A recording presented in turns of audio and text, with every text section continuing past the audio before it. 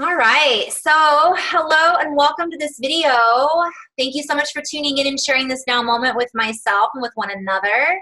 If you haven't seen these videos before, welcome. Welcome back if you have. My intention is oneness and unity and the highest levels of love light. And obviously I have someone else with me today, this lovely lady. Her name is Jess, and I'll let her introduce herself in just a minute.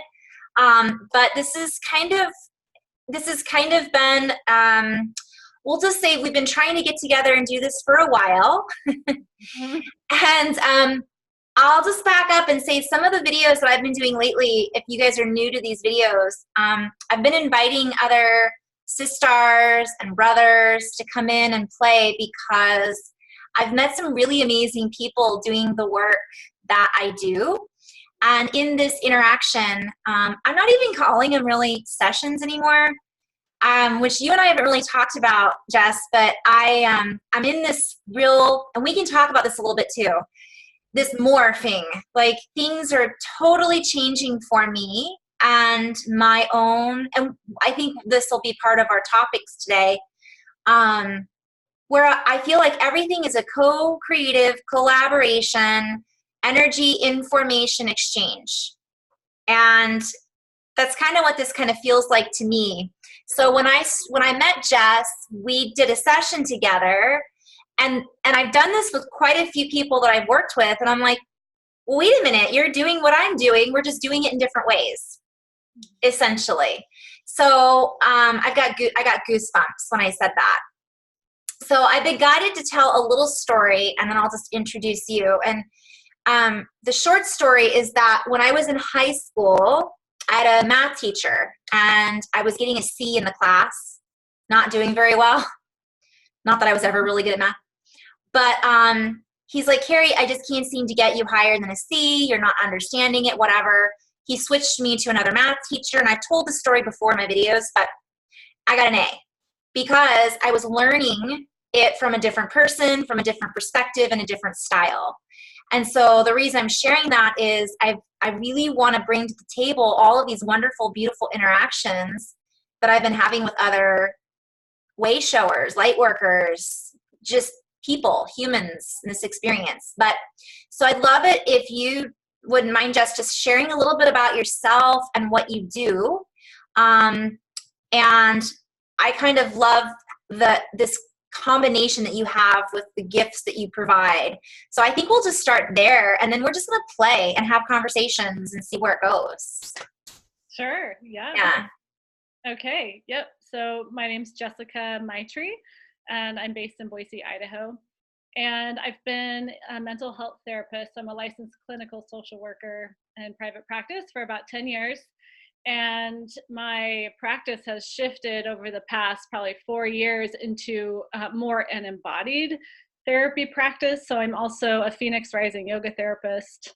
I'm also a breathwork practitioner, and I do Reiki and energy work as well in my sessions. So kind of bridging the two worlds. And I like what you said, Carrie, about some people learn differently from different people, because I'm noticing that the people wanting to do therapy with me are the ones that are maybe not resonating as much with just the talk therapy.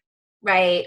Yeah. I love the fact too, one of the things that, well, obviously this divine marriage, and I love the fact you've got movement, you've got this, and I call it psychology, but that's kind of how I think of it, or talk therapy, traditional aspect. And then you've got the energy work in combination with all of that. And like I was kind of mentioning to you earlier, I think that mainstream is now, this is becoming the new mainstream. It is, yeah. So which one did you start with? Or did you kind of do them all at the same time when you start there? I definitely started traditional, like left brain, very clinical. And I still love that. That's like brain candy for me. Yeah. I love it. And I love the psychology and the clinical aspect, but you have to evolve with what the need is. And if you're not grounded in your body, you can't really be grounded to all parts of you, including your subconscious and all of the ways that your body is also talking to you. So yeah, which is so important right now, I think, for a lot of people, because what happens is people get either one, they're all in their heads and they're spiritual and high, and they're not anchored in on earth. And then you have the other people, like you said, that are left brain candy, that are, you know, anything esoteric, they shut that off as well. And maybe we can talk a little bit later about the embodiment aspect of what we're all going through right now, because I think this really kind of ties in with that. But before we do that, maybe you could explain a little bit about how this works. Like, how is it that what you do, like, how do you put that all together in a session? Because it's pretty cool. Yeah, thank you. So the number one thing that I'll first say is that I always enter every session and group without an agenda. Yeah. So while there does need to be a structure of like, okay, first we do this, and then this is the general flow, it's really important that I actually don't show up with an agenda, because the body and the person ultimately tells me what we're supposed to do that day.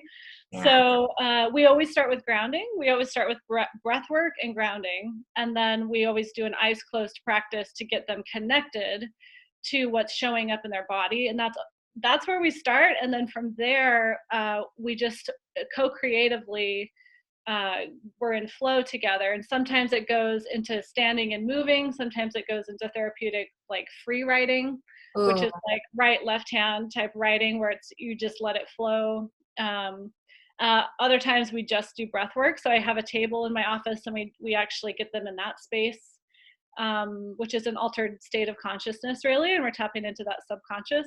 Sure. So that's in general how I start my one-on-one sessions. And then I really let it take both of us on a journey together. Yeah. Yeah, I love that. And, you know, some of the things I thought about too is, you know, here you are, and you never know, that person could come in, and we have a tendency, I know when I first started doing the work that I do, I set an intention, which I know you do as well, but it's not like I say, this is going to be how this is going to go today. It's my intention is to show up, to be of service, or to be in alignment with harmony, love, and balance. And whatever else isn't in alignment shows up or falls away, or both, right? From what I've seen. And I love the fact that you're just kind of letting it happen, allowing it to happen. Doesn't have to be a structure, even though the structure is there. Yeah, and I think that was really edgy for me at first, but I think clients as well, because a lot of people are coming to me because they want me to, you know, give a structure. But if I can give a little information about why I don't, it's almost like it cuts off the flow, the chi, you know, the Shaktis. If I put a diagnosis on somebody and I say, like, this is our treatment plan, it leaves zero creativity and zero, like, freedom for the person to get what they need to get. Yeah. So, it's almost like when you put it into a box. And that's where I kind of ran in. I would see such stuff in people's energy fields, or they would tell me a story. This is where we go into that therapy, let's say, in any type of session. And I don't want to even call it a coaching session, in an interaction where you have someone who's coming to you with the request for assistance of some sort. Oftentimes, I have found that people, myself included, assume that this is what's going on, when really, when you pull through the layers and you allow it to organically unfold, we find out that that isn't what's going on at all, or it's just one layer of the onion. And when you really get to the juice of it, sometimes that's there because people haven't been allowing themselves to unfold, right? Oh yeah, that ego story of like, this is me and this is what I need to fix is often really not what's true when they put that aside, you know. Would you say that that's one of the biggest things, like when people come to you, do they just now granted, from a therapy type of standpoint, I would think that would be even stronger, because people are like, here I am, here's my problems, this is what's wrong with me, my parents did this to me as a child. And that's that box that leads you into that direction. And then it's like you're treating, and I'm putting words into your mouth, but from my own perspective, what I've seen in work, when I didn't just let go and let it kind of flow and see where it morphed into, so to speak, I would think, oh, okay, so their parents mistreated them. We've got to operate from this perspective. And in reality, that's not necessarily it at all. Yeah, I actually like to say, I remind myself to not let the client put me under a spell. I love that. Because that's, and not that they don't mean to by any means, but they're under their own spell, you know? And so my job isn't to feed into that. It's actually to shine a light on seeing them already whole and complete and clear of any of that. Yeah. And for them to see themselves in that way as well, so we can have the shared intention. And that's really important too, is that we see the same picture going forward. Not that they have this picture and I have this one, because then there's nothing can happen. Yeah. I love that. See the same picture. So it's so funny because as we talk, so I just want to just sidebar here for a minute. Mm-hmm. One of the things that, one of the reasons I wanted to start doing this and sharing other people's creative gifts. We all have creative gifts. We're all light workers. We can all be way showers, and we all have a special sparkle. They're all different colors, shapes, sizes, and whatever, and we're all bringing to the table this interaction. And what I'm recognizing, because I'm new at this whole conversation about all of this, even though I'm not, meaning I'm new at sharing it in this dialogue. And what I recognize is that whenever we come into this space, we're opening an expanse for people to step into, to just kind of allow and to share in this energy. And so as you talk, and I found this with basically anybody that I work with, and I say work because it's play. I play with, it's not work, but we're working and playing at the same time. I get like pictures and energy, and it's a little challenging sometimes to navigate because I can see like 10 different directions we could go with this conversation. So I'm like, okay, so we could go, because I'm seeing the fact that we have this layer of the logical left brain, analytical, right? And the story that we're all associated with. And I'm seeing, I had this picture come into my head of, you know, when I first started waking up, or we'll say recognize that something was going on in my body, I had to tie the two together in order to recognize that they were connected. So I don't really know where I'm going with that line of thought, but I guess what I'm bringing it back to is the fact that the story is here, although some of it can be physical as well. Obviously, if there was abuse or, you know, some type of traumatic physical event happens, that can anchor it, but at the same time, it can also create a disconnect, right? Yeah. So I just want to see, how are you pulling that all in? Like, if you're just allowing it to organically unfold, some people just need to move and they don't want to talk about it. Yeah. Yeah. I love that you just said that, because part of what makes this work so magical is, well, not magical, but just helpful, is that you don't have to have words.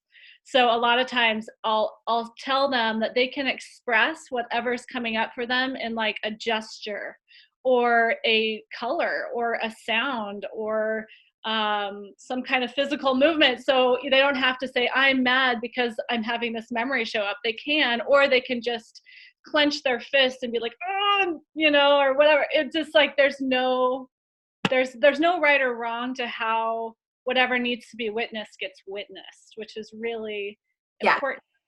And they're seeing it, and then they can be the observer, and it's less judgment about the way that they're coming, the way that they are unfolding or allowing or witnessing. Right. And it's almost like that I don't know how to say this, but it's like that separation isn't a separation. All of a sudden they can recognize that this experience or this feeling that I'm having isn't me. It is just a feeling. It is just an experience, and I am responding, and I'm able to come forward and let it go or integrate it or fill in the blanks. Yeah, I feel like integrating really just means being able to witness without taking it personally. And I feel like that's really the key to integrating. Yeah, I feel like there's so many layers to that word as well. I know. Like, we could go into 20 different layers with the term integration. I also see, so about the movement, one of the things I love about what you do is that, well, not only does it incorporate left brain, right brain, but the writing aspect. So a lot of times I'll work with someone and I'll tell them, you know, start a journal, you know, or won't tell them, obviously. I'm giving a suggestion as to, based on my experiences, this is what has worked for me. Or this is what I see as a possibility for working for you, because sometimes I'll see something in their field that maybe I haven't really found to work for me, but I think would work for them. And I find a lot of people, it's almost like they're afraid to be a witness on even paper. Yeah. So you're incorporating, do you want to talk a little bit about that as well? I'd love to. And everybody thinks that, you know, oh, you're just journaling. That's so easy. It's actually the most edgy thing anybody has. Most people have the most edge with that. Yeah. And what the feedback I've received is that if they write it and they see it, and then what I actually have them do is I'll have them read it back to themselves, but that actually translates as hearing their own voice. So it's like activating all the different senses, right? Yes.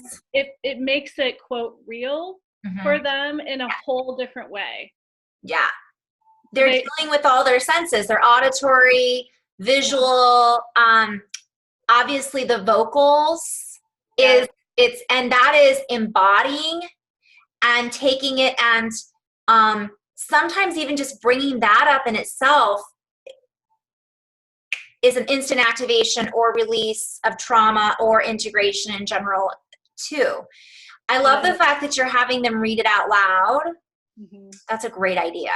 And I also wanted to, on that note, that's the other thing I love about what you're doing, because a lot of people, I think, have a tendency to go just one route, and that's fine. That can work, right? Just that one general direction can work for some people. Like some people, the whole journaling, will just journal and automatic write and it'll come out. And for me, I always was a writer.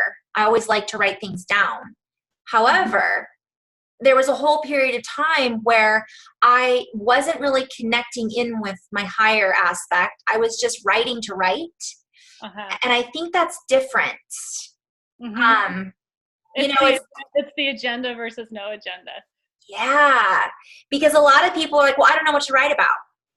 So sometimes if you start with just writing, at least it's a step in the right direction, and then everything else will kind of come through. So what are some suggestions you have for people maybe that want to journal but find it really challenging and don't know how?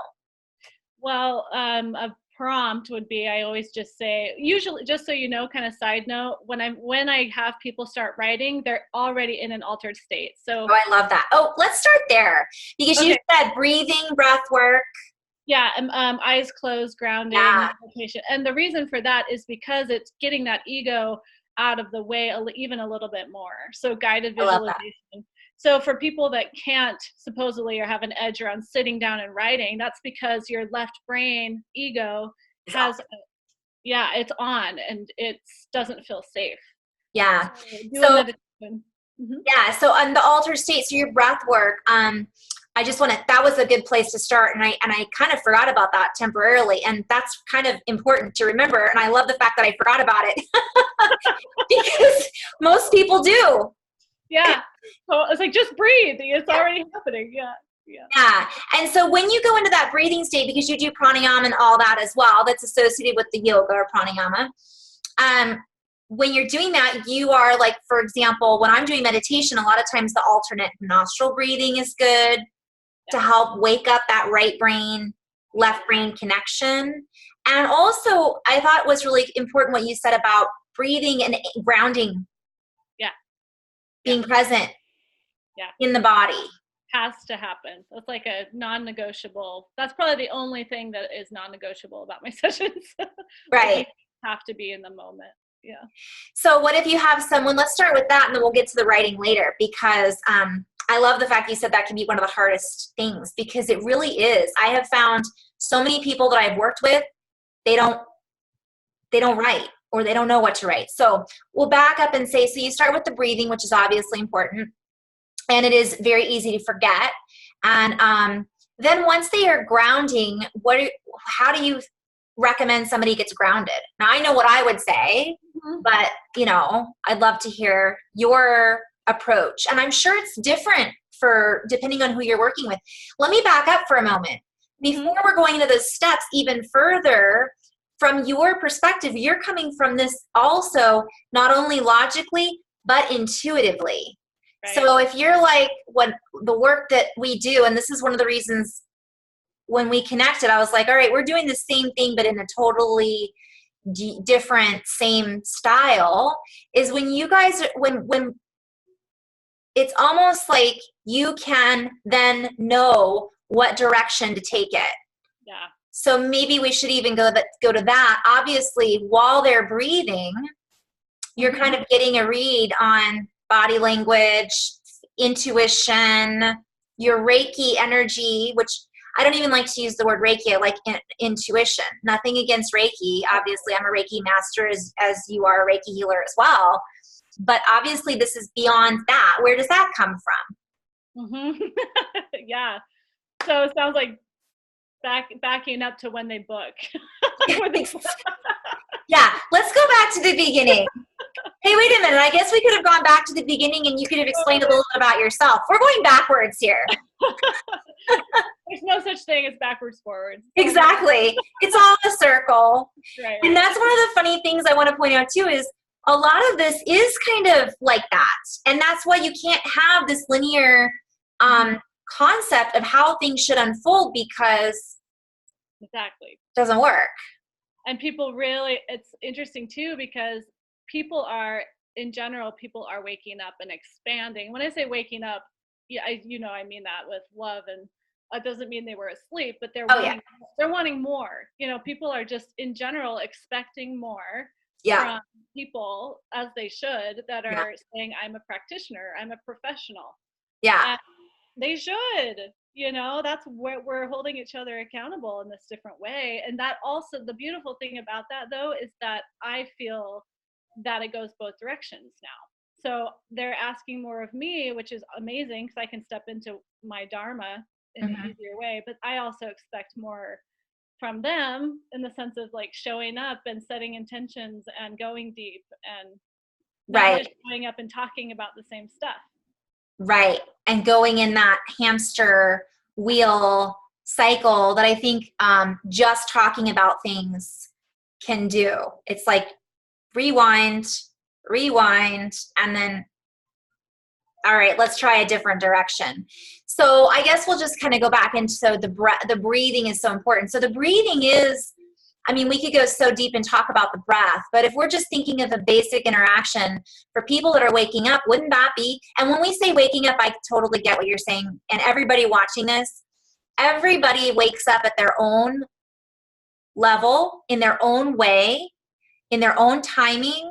And one person, I don't even like to say one person is more awake than somebody else, but what we're referring to is just someone who wants more, who's like, look, I'm a little stuck here. Right. Or I don't know where I'm stuck. Help me out.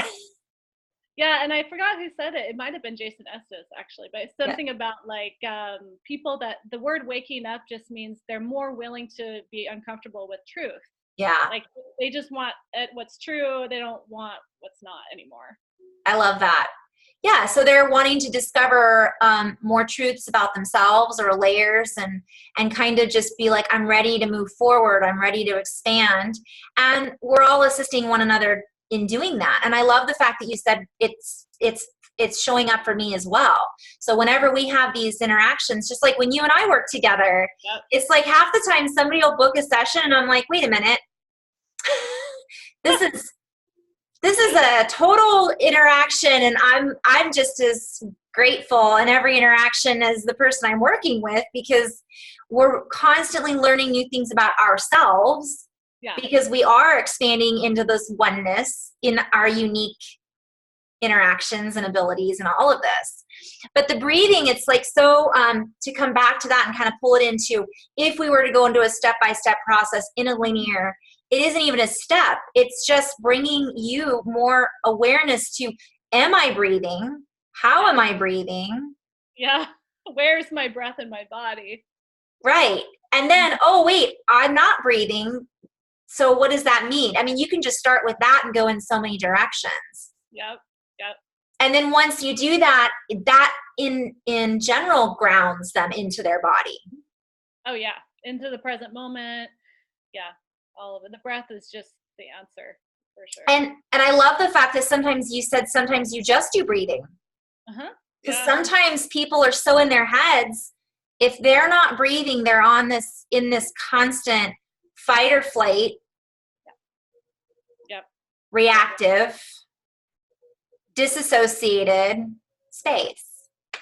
So then once you ground them in, and we are going to go in that backwards motion because I want to get back to your journey, obviously, too.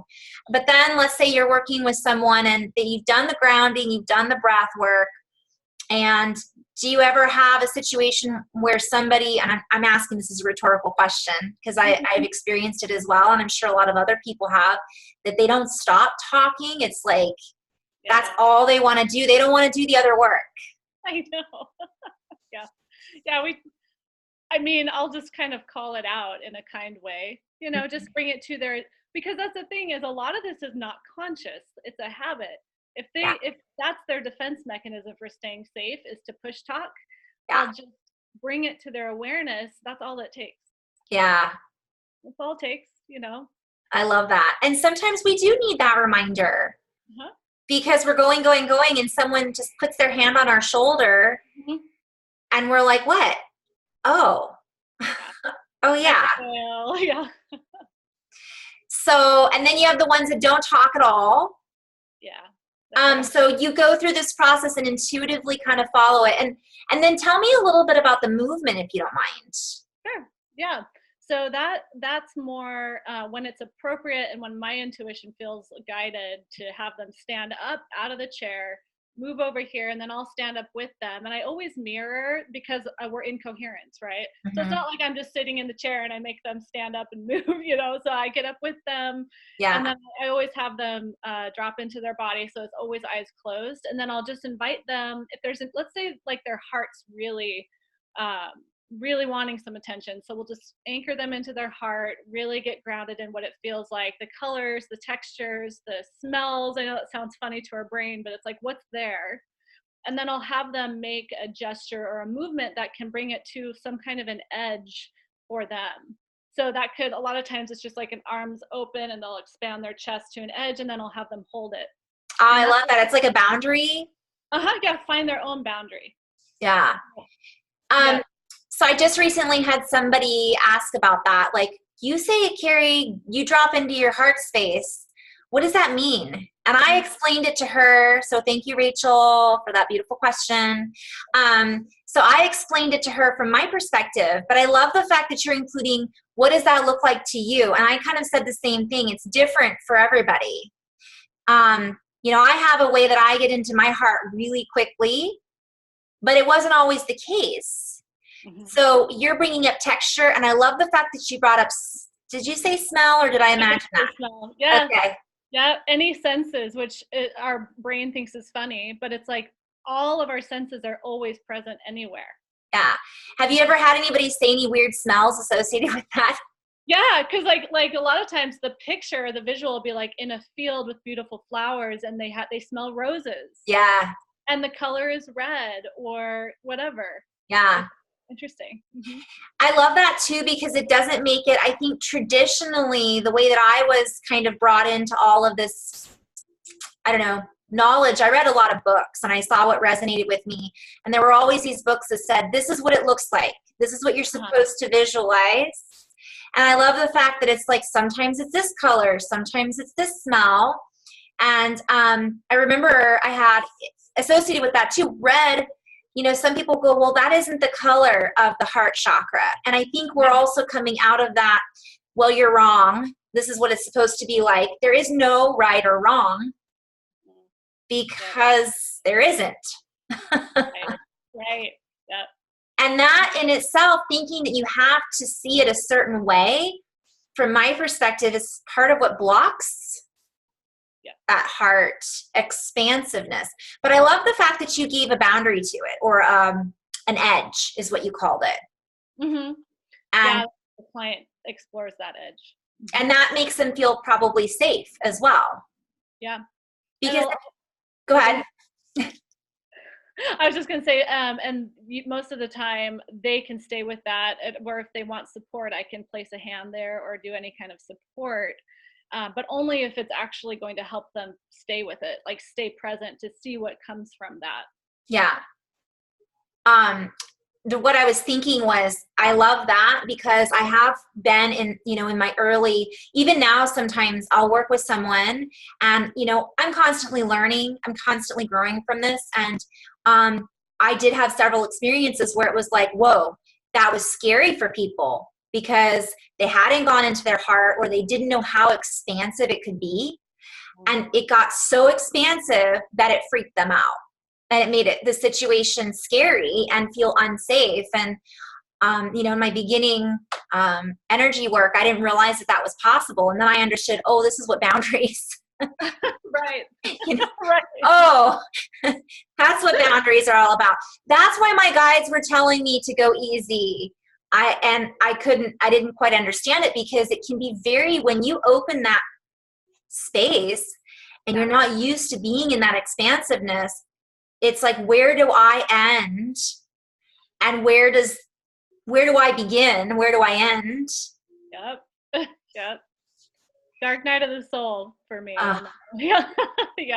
I love that you just brought that up. So that's something that a lot of people are experiencing, have experienced, or will be experiencing, obviously. Do you want to talk a little bit about that? Sure. Maybe before, I kind of want to, I'm trying to stay somewhat linear, but I'm feeling like we could go so many different places. So let's say you've got someone who comes in and they're going through it. I mean, they're in it. Yeah. Yeah. Obviously, all of that is going to be important, because you're tying in all of their senses. You're giving them that opportunity, because they might just be learning how to tap into these extrasensory abilities, and they think they're going crazy. Yes. Yep. And, I think it's really important now more than ever that us as the helpers or the light workers or professionals can actually be honest and authentic about our experience, instead of trying to stay in this perfect image, which creates more separation. And so when it's appropriate, I will share with my clients about my dark night of the soul. I've had a few of them, but my most recent was this last summer when I took sabbatical, because I couldn't tell where my energy ended and the universe began. And it, I did have moments where I was like, man, I think there's maybe I'm going crazy, but I wasn't. Yeah. And since that happened, and I was able to create some boundaries for myself that were helpful, I've been able to help more people that come into my office, which as the right people find us, that we can guide and help, that I can tell them, here's what, you do need to set boundaries with it though, because ultimately more and more of us are becoming more sensitive. And as the light codes, if you will, are coming in stronger, we are just becoming more sensitive. And so I think it's important to have boundaries around ascension symptoms, if you want to call it that.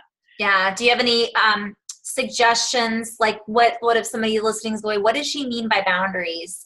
What are some boundaries that you would say that, what do you mean by that? And what do they look like? And I know they're different for everyone, but what would be some just simple, obviously we're trying to do the keep it simple. I know, right? Because we were talking about that.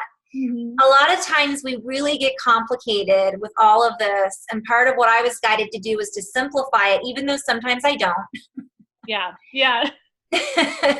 Even though that's my intention. But what are some simple ways you can say, all right, how do I set up boundaries? And I feel like I'm expanding into everything. And I'd love to kind of talk a little bit too about different types of dark nights of the soul. But we'll start with that one where you're like, whoa, I'm losing it. Well, the first thing I would say and have told people is that so what was happening for me was that I felt like I was tapping into some psychic abilities of I was seeing what was coming my direction. Yeah.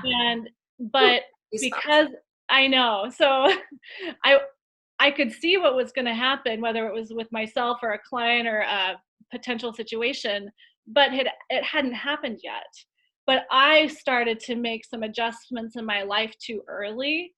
Oh. So it has happened. I just want to put that out there. It has happened, but it was about 6 months after I thought it was going to happen. So that's just one example of what I tell my clients, and also remind myself that the boundary is, if it hasn't manifested in physical form yet, don't do anything. That's part of like the surrender, is that, let's say you can see that you're going to change jobs. Don't go quit your job. Right. You know, that. Mm-hmm.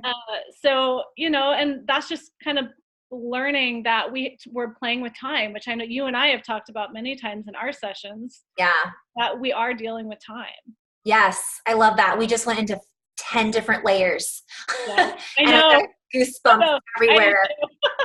Yeah. So I do think that's really pertinent. I think that's pertinent to what's going on right now, specifically in this, well, obviously in this now moment, because time doesn't exist, but we've created this concept of time for us to kind of be in this linear reality. And I'll just back up for a moment, because we kind of went into 3 different tangents. One of them is, all right, we're going through awakening. We're going through expansiveness. Now I'm like, I am everything. I can see the future. I'm getting dreams that are coming true.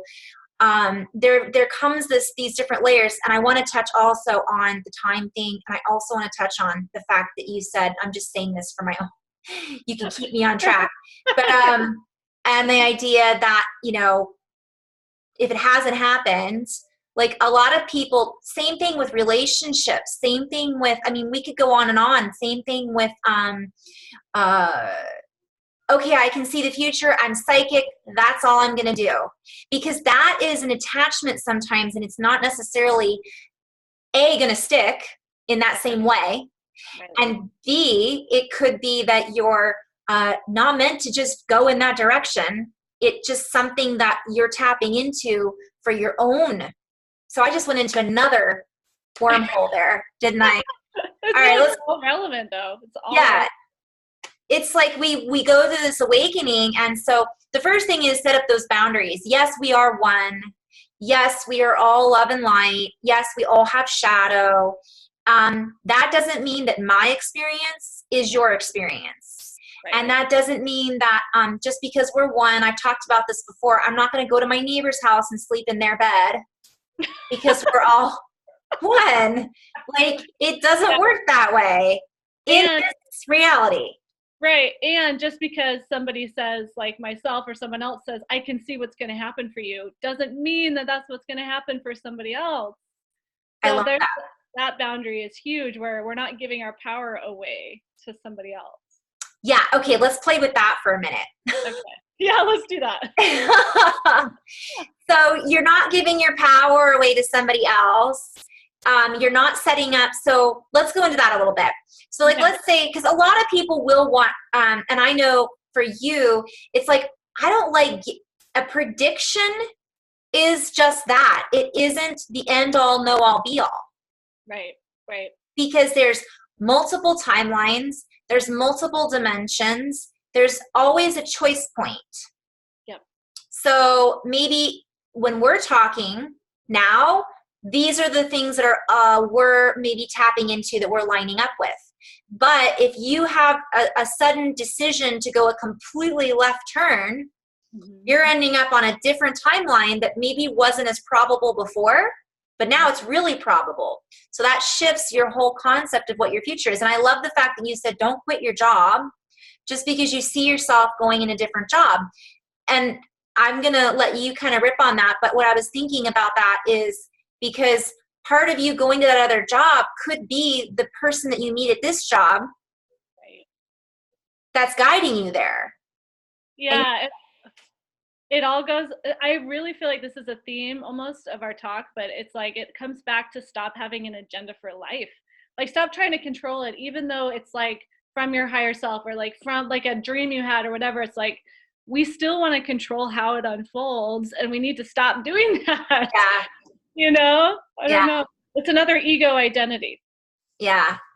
I love that. And it is. It's like you said, even back to what you're doing, it's about letting go of the control, letting it unfold organically. And we are being gifted this knowledge because we are that expansive.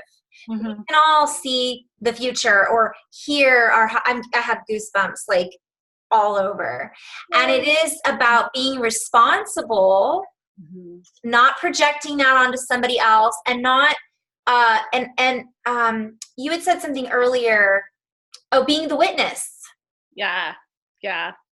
Because that's a reaction. If you're just going, all right, that's it. I'm seeing the future. So now I'm going to react and I'm going to jump into this timeline immediately. There are sometimes stepping stones that you need in order to get there that weren't shown necessarily to you. Right. For a reason. Because you're supposed to experience them. Yeah. Yeah. And that experience is why we're here. Right. Not to get that other job. Well, yeah, it all comes back to kind of wanting to not be uncomfortable. We just want all the good stuff. We want all the manifestations, right? But we don't want to like be in the dirt, which is but we are, because we came here and we're in these bodies. And I mean, that we can't keep trying to float above it, you know? And I love that it comes back to anchoring, grounding, getting into the body. Yeah. And that's part of what your work does. And what I think we're all being guided to do also is that embodiment of utilizing all of these gifts in our bodies. Yeah. Okay, I can teleport. I can astral project. I can see the future. I can walk in dream time. But you're still coming back to this body. Because ultimately that's what we've agreed to do in this particular. Yeah. And that's a whole other, we'll get maybe do that on another conversation, because I could see how we could go into dimensions and the Akash and all that, but I'd like to just stay with the basics today, because I think time is a big subject right now, but also back to your dark night of the soul. So you had this dark night of the soul where you were basically tapping into all of this extrasensory ability. And then can you say again, like, what did you do to kind of bring it in? Sure. And then moving forward, how has that helped you? And what have you seen kind of unfold? You know where I'm kind of going with this. Like, let's talk a little bit about that, if you don't mind. No, not at all. Yeah. It started around March of this year, where it really started to activate within me. And then I wasn't, so how do I say this? So basically what I had to do was really get clear on what my energy was and what wasn't mine. And that did include taking the sabbatical. You know, I took 3 months off of work. And I wouldn't say I just intentionally didn't get very social during that time. I also traveled, you know, I took some travel time. Yeah. And was with myself. And yeah, that's what I personally needed to do. I don't know that I would suggest doing that now, looking back, hindsight. I think that almost was more ungrounding and a little isolating. Yeah. I actually should have maybe stayed in a little more connection, because that's grounding. It grounds people. I love the fact that you're bringing that up. I just watched a video. I mentioned this. I did a video today and I haven't posted it yet, but Sandra Walter, I don't know, she's a way shower, and she just did an amazing video. So you guys, I'm just going to share that. She just did an amazing video. And you know, you ever watch a video when you're like, okay, that's it. I don't ever need to do another video again, because she just covered it all. Yeah. It was kind of one of those videos.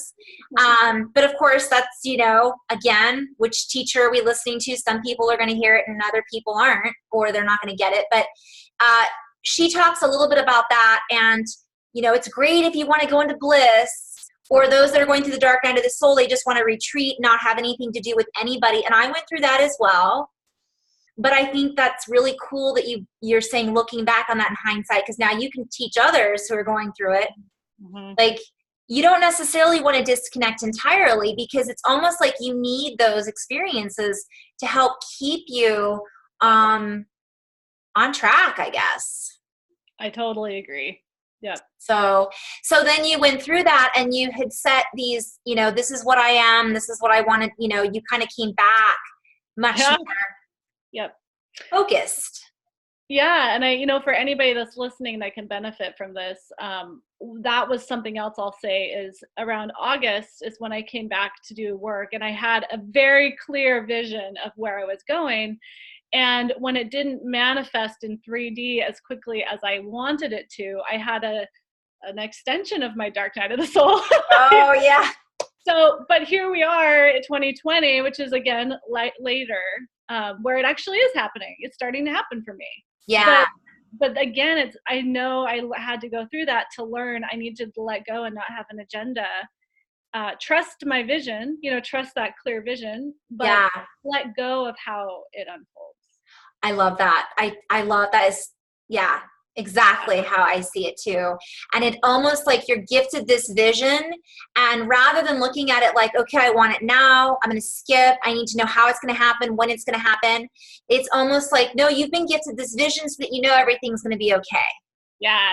Yeah. Trust or faith, right? You were saying faith, right? Faith, trust. I know that there's different variations. My words are kind of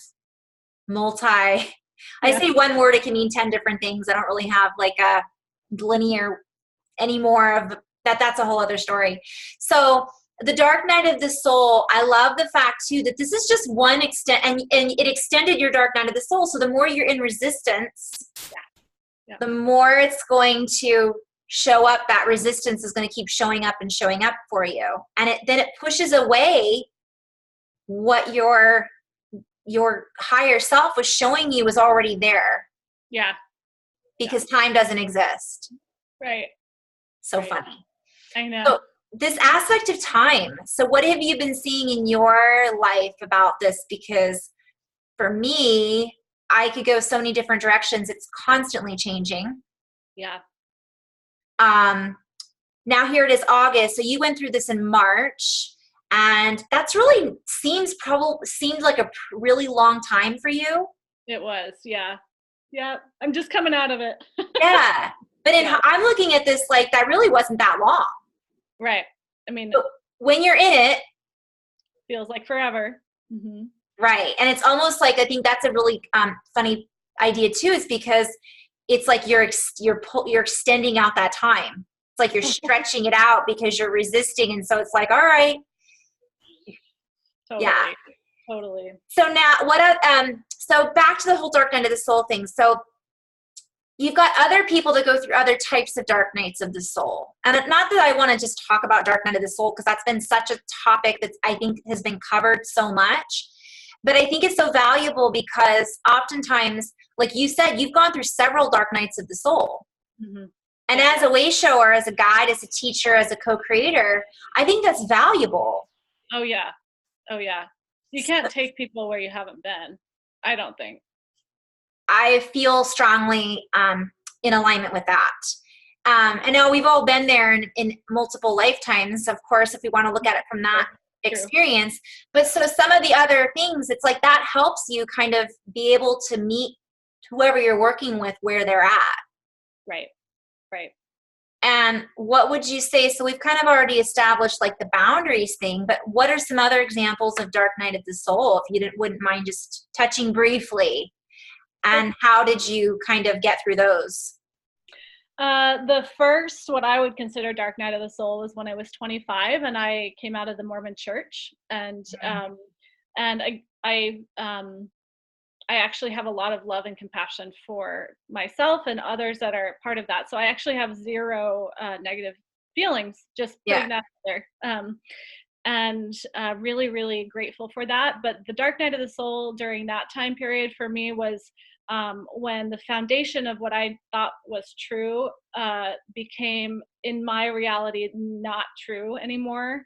And it was to the point of everything I thought to be stable kind of like collapsed. So lost, all of my friends. I didn't lose my family, but definitely we took a few years of a little bit more separation. Mm-hmm. I was married at the time, so to a Mormon man, and so that dissolved as well, and started completely new with. Yeah. So that was my first dark night of the soul. And you were 25. So, it's interesting because I find that in conversation and also listening to others, That seems to be the theme. It's like everything just falls apart. Yep. And you have to start from scratch. I have goosebumps everywhere again. I love this because it's like constant flow. By the way, guys, if you're constantly in conversation with someone and you just keep getting goosebumps, it's usually, yeah, it's so much fun. But yeah, so you were young, number one. Number two, I love the fact that you had, it's almost like everything happened all at once. It was relationship, religion, family, friends. Yeah, all of it. Church, like your whole foundation of belief. Yeah, everything. Yeah, and I think that's important to touch on that because there's a lot of shakeup going on in religion across the board. And that's a whole other video. Yeah, right. But, you know, there's a lot of people out there that were raised, let's say, I'm using Catholic, for example, because of all the craziness that's going on in the Catholic Church and all of the things that have come out about it. And I'm not picking on it because for some people, religion can be very powerful for them. And that is what they use as their tool for spreading the love, being the light, you know, without pushing it on others. But for others, that isn't, you know, like you said, it was no longer your truth. Yeah. And I think that's important for everybody. For myself, I resonate with that because I feel like my truth isn't necessarily going to be somebody else's. Right. But there's a lot of people out there that need to, I think, could benefit from hearing that because they might be going through where their church they don't believe in it anymore. And all of their friends and their family and their spouse is like, well, I'm sticking with it and you're wrong because of that. Right. I mean, and that can go with anything that's rooted in like, you know, I think of like, you know, political parties or even sexuality or marriage. I mean, without anything being right or wrong, anything that's kind of that you no longer feel is good for your path and you leave it, those that are still on that path, it's a kind of a little bit threatening at times. Yeah. It can be. Yeah. And I love, I just want to share to everybody, anybody out there going through any of that, you're not alone. Yeah. There are so many people going through that right now. It is, it's hard for me to even sometimes recognize that not everybody has gone through that almost because, but it's everybody go, and it doesn't mean that anybody has to go through that either. I think that's important to recognize as well. Again, it's an experience that from my perspective, we're choosing to experience in such a way that we learn or experience things through. So by you being part of that Mormon church, I've read a lot about that recently, interestingly enough, and it's fascinating. Yeah. You know, the teachings are fascinating and where he got his information from is fascinating. And I was also raised very religious. And a lot of us on this path, I think a lot of us were. Yep. I've noticed that too. Yeah. You know, and then also the relationship aspect. I love the fact that you said that can be with anything. Yeah. So what are you seeing? Are you seeing it just across the board? It's everything in general, relationships? I'm just seeing a general theme of people wanting to decide what freedom looks like for them. Mm-hmm. And a lot of times that means that, you know, they don't want to be, quote, married in order to make a relationship legitimate, or those things that they used to use as protection or a safety net, all the labels, all the constructs. I just think that we're all feeling like dropping those on some level, you know? Yeah. And I'd like to just touch on that briefly too, because like you brought up earlier, I saw myself, I saw my future, and I had this new job, but that doesn't mean quit your job. So while we're going through these, sometimes it means we want to just drop off. I actually went through it again recently myself, and I wanted to stop doing everything I was doing. I wanted to close out my channel and just start fresh. And I was guided to wait and to recognize that this was part of the process, was to, and so that's the thing is some people, they're going through, wouldn't even necessarily call it all a dark night of the soul. I think yours was a perfect example. Everything falls apart. Yeah. You know, or you're in such a deep, dark place that it's like, how am I ever going to move forward or whatever? But I just want to touch briefly on that concept that sometimes it's about being the witness. Yep. And not necessarily jumping ship. Yep. Because it could smooth out. Then if it doesn't, jump ship. Right. And I feel like life will let you know in a very tangible way when it's time. Yeah. What do you think about that though? Because I could be wrong, but no wrongs or rights, right? I know what you're saying. Yeah. Wait, do you mean like life will let you know in a tangible way? That's like when it's time to like leave the job. Like it'll be this it usually seems for me anyway, it's undeniable. You know, there's not a question. You know, I love the fact that you're bringing that up because I was going to ask you, what's an example? Because yes, I feel that way too. But I know that I've worked with people or had conversations with people that they're like, I just don't know. Like I've had people say, I don't get messages from my higher self. I don't know. And for me, a tangible, obvious thing would be me being in so much discomfort. Yeah. You know, like I can't go to, you know, I just cannot do it anymore. Yeah. That's tangible. I think that's tangible. Yeah. Or, you know, or if things keep happening that keep showing up for me, because there is we could go another wormhole on this, because it's the idea is, are we drawing that into our reality? So because we're in resistance, we keep proving why this isn't working for us because we're like, this isn't working. That's a good point too. So there is that, again, we have to do the work. Yeah. In that case.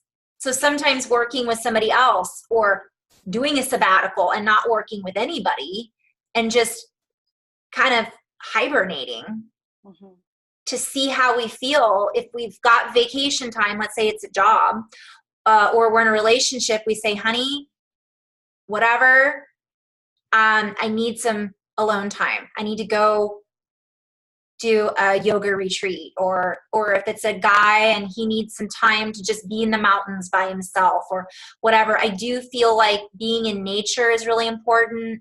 And I do feel just sitting with us brings forward that tangible, that's when we get the messages. Otherwise we can't hear them. Yeah.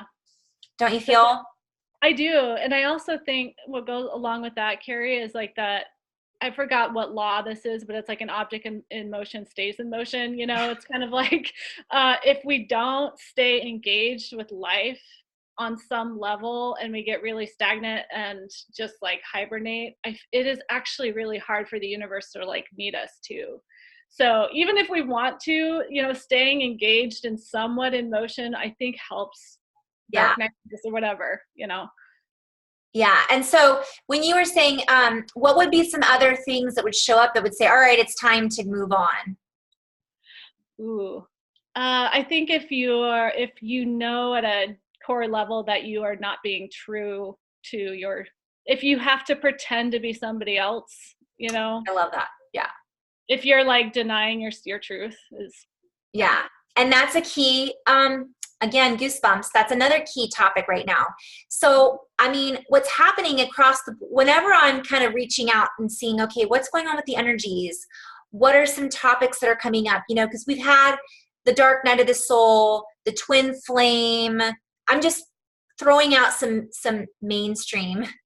Topics. Yeah. Mainstream topics in our community.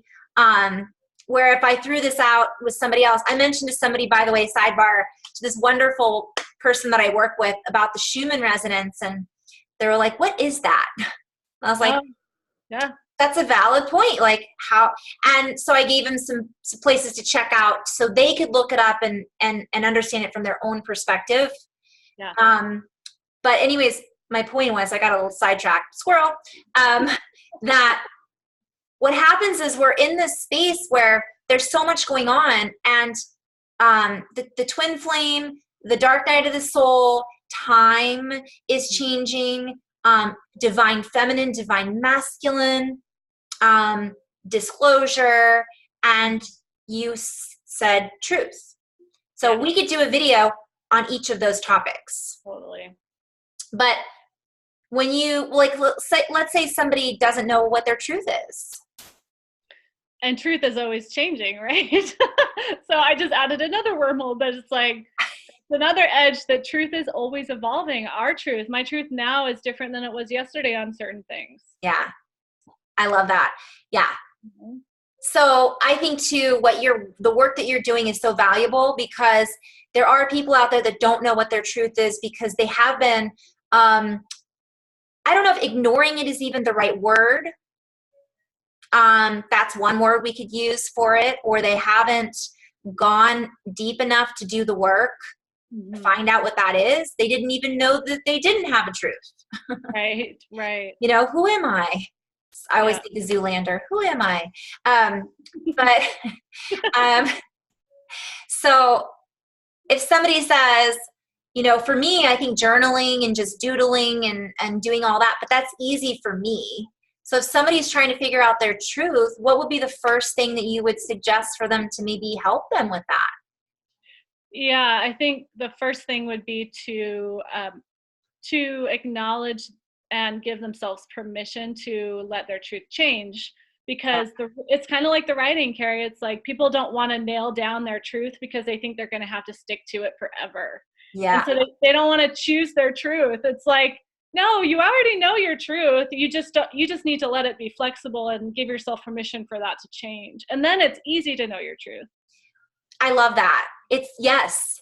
Because, and sometimes, you know, okay, and you have permission to erase that. Yeah. And tomorrow, start over. Yeah. Tomorrow, if you don't like it, you know, if it doesn't feel true tomorrow, then, and that's the thing is it's maybe even that word truth is like distorted. Yeah. It's, you know. That's a whole other wormhole too. I know. So what are our truths based off of? But basically I do feel too, and if they write something down and it doesn't fit, doesn't feel good to them, rip out that paper, throw it in the fire. Cool. Awesome. And I do think part of it is figuring out what isn't your truth. Yeah. Yeah. So, right. Yeah. So it's like, you know, based on what you've gone through, even over the last couple of months, what you don't want to do with your practice. Yeah, exactly. And that has made you come full circle into, oh, this is how I'm showing up. Right. And it's been a compromise too, which you've helped me with so much, Carrie, but it's like, I'm living what's true for me while also compromising with the 3D. So. I love the fact that you brought that up, and thank you. Yeah. That is cool. So compromising with the 3D, I know exactly what you're talking about. Yeah. But could you like just go into that a little bit more too? Yeah. So I used to think that it wouldn't be authentic or honest on some level for me to continue doing like diagnosing clients and working with a treatment plan. And so the reality is I have to pay my bills. And so I am seeing some insurance clients until the rest of the vision comes on board, because we're working with time and my relaxation and comfort is important for me. Yeah. And the source, universe, higher self wants me to feel comfortable and wants me to feel okay. And I used to have a judgment around that, and I don't anymore. Yeah, I love that the fact that you're bringing that up. And I did too. I went through that, and we've talked about this before, obviously in our interactions. But that's one of the things I see a lot of people jumping into. You know, you have this awakening, and you recognize, wow, I'm showing up. And this is no longer fits who I am. But again, it isn't necessarily cold turkey, you know, because it isn't, you know, I remember I had a session years ago with Daniel Scranton. Did I tell you this? I don't know. Maybe. You may have. Maybe I've said it in my videos, so I'm just going to say it again, though. But I had a session with Daniel Scranton and the Arcturian Council, which was super fun, a little emotional. This was back when I first started awakening, and I was having some really crazy experiences, much like your expansiveness. And I knew, though, that I was going in this direction. And this was years ago. And I said, how come it's not happening now? And they're like, it has to be a smooth transition. Because the harder, again, that resistance. And you hit the nail on the head, because the universe wants you to be comfortable, wants you to be able to feed yourself. Yeah. I don't want to be a martyr for the, yeah. Yeah. And that is, I think, too important, because some of the old ways, the old belief systems were like, well, you can't make money and while the value system is changing until it does, right, we're in this. Yeah. So it's finding that, I don't even know if balance is the right word, but, compromise. Oh, yeah, thank you. That's what you said, compromise. I do. Compromise. Yeah. It's like working in collaboration with this world that we're in. Mm-hmm. And, not having it have to be what we want all the time. I think that's key too, because you're talking about collaboration. Are we okay on time? Like, I'm just waiting to get an interruption, and then I'll pause it yeah. And we'll have to regroup. I'm going to run with it now that I have this, as soon as I said that, watch, I just manifested an interruption. Right. But the compromise aspect of it, because while we're creating this reality, you're creating your business, your product, your model, your experience, fill in the blanks, right? You're creating this new space of where you are showing up authentically to be of service, or beyond that, just to share what you have to share. Mm-hmm. And in the process, though, is the world in the 3D ready to just be in that space? And while that's true, yes, non-linearly, there is that aspect that not everybody is ready for that, although they are. Do you see where I'm going with this? I guess is like you'd mentioned, you have to compromise. Yeah, and to be of service means that we meet people where they're at. Yeah. And that might mean that people want to use their insurance sometimes, and so where's that line? Yeah. And the compromise thing, because some people go, well, I know I've talked to people, well, I don't want to compromise. I am this person, this is who I'm going to show up as, no compromise. And we're not referring to compromising your truth. No, not at all. Yeah. We're referring to, all right, we're in 3D, oscillating in and out. We're dealing with the monetary system. We're in the process of assisting others in their journey. Mm-hmm. However, they're able, again, to meet one another at. And it's going to be different. It's not always going to be, this is how they show up. This is what they pay with. Sometimes I foresee it's going to be a lot of trading services. I'm going to have to close that door, I think. It's going to be a lot of, that's going to be like the new way of things. But right now we've got insurance and we've got money in essence, and that's how we pay our bills. Right. So for us to just drop everything and say, well, money is not my truth, in one version of reality, it is our not truth of who we are, but it's how our foundation is still kind of in the process of being built on, or was built on, I should say. Not, you get where I'm going with that. Totally. That's a whole other sticky wormhole. Right. But can of worms. Well, but I do think it's important that people like ourselves are willing to bridge the worlds, because at least we're bridging into something. We're not just staying in, this is like, I know like doctors are doing this, all sorts of people in healthcare are bridging both worlds. Yeah. At least we're offering a bridge and not just doing nothing. So I love that. Yeah. Yeah. And this is like huge. I just, more and more people, doctors, psychiatrists, nurses, they are bridging these realities, dimensions, energies, extrasensory abilities between logical, left brain, right brain. Okay, I'm going to pause this for just a second. Okay. So it's official that we have to end this, but this is so much fun. I don't want to, because I feel like we've gone into so many different directions, and I'm sure there's so many questions. I still want to talk about your story. So I obviously have a tendency to do a lot of the talking. I'm the talker. But I would love to hear more and have you share more about your awakening experience, the energies that you feel, how you got into therapy, what started you in yoga, your experience. So guys, we're going to continue this at another time. And this was just the first of many. And I'm going to provide, if you want to just share a little bit about how people can find you. Sure. Yeah, my you can put it down in your notes too, but it's yotherarise.com is my website. And I do groups and individual sessions in Zoom, and then yeah, so she does it all. Yothera, and she's on Instagram as well as a beautiful website, and I will provide that link, and you can message her on Instagram as well, and I'll provide the link for the website, and we'll continue this. I'm hoping soon, like maybe we'll talk later, but you guys, thank you so much. Don't hang up yet. I'm gonna pause the recording, and thank you guys so much for tuning in, and I hope you guys just found this interesting and fun, and it's just to bring awareness to all of the different light workers out there and all the amazing people that are coming together in bridging everything that we do, and so that everybody has an experience.